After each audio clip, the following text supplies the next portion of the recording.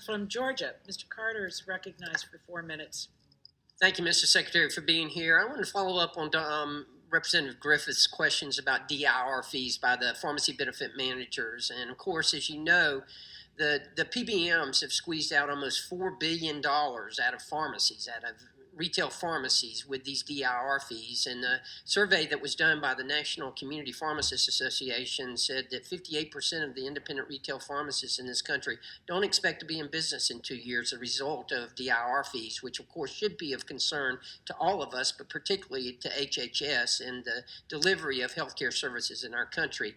Just wanted to ask you, I believe you responded to Mr. Griffith by saying that the concern was the higher premiums with the insurance companies. As you know, 3 PBMs account for almost 80% of the market share in this country, and all of those PBMs are owned by insurance companies.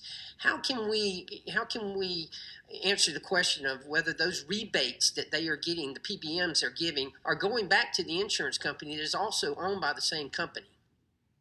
Well, that's one of the real problems we've got is we don't have PBM transparency. Absolutely. So we can't actually know where those monies are flowing.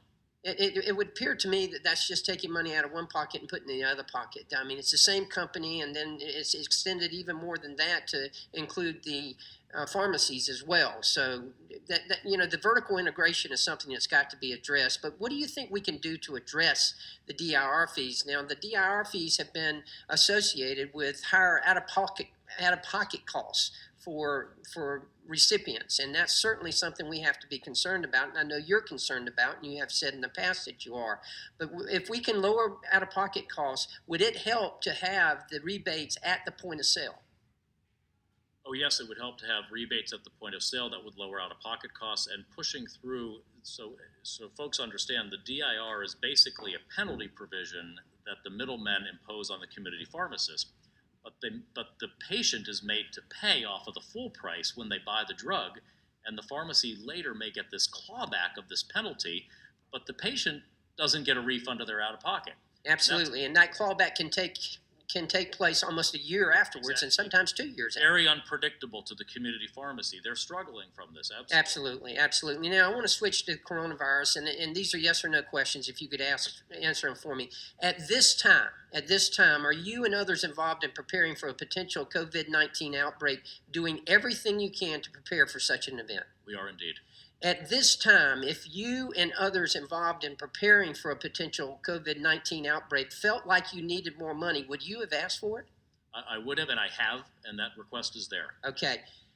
At any time, if you and others involved in preparing for a potential COVID-19 outbreak need more money, will you ask for it? I will indeed. Absolutely. So it's not as to say that the amount of money that is asked for is proportional to the effort that's going to be put forth to prepare for this. That's right, and the president has made very clear in my own discussions with him as well as publicly that we want to work with Congress on an appropriate supplemental appropriation here, and we've said it quite deliberately says at least $2.5 billion. We want to work with Congress. We've got to get that money and make sure that the Congress is satisfied with the funding also. As it should be the case. And again, and you find out that you need more, you're going to come back to us and we're going to approve it. We want you to have everything that is available that you need to prepare for this, and you're going to do that, correct? That's correct. Madam Chair, I yield back. Thank you, Mr. Secretary.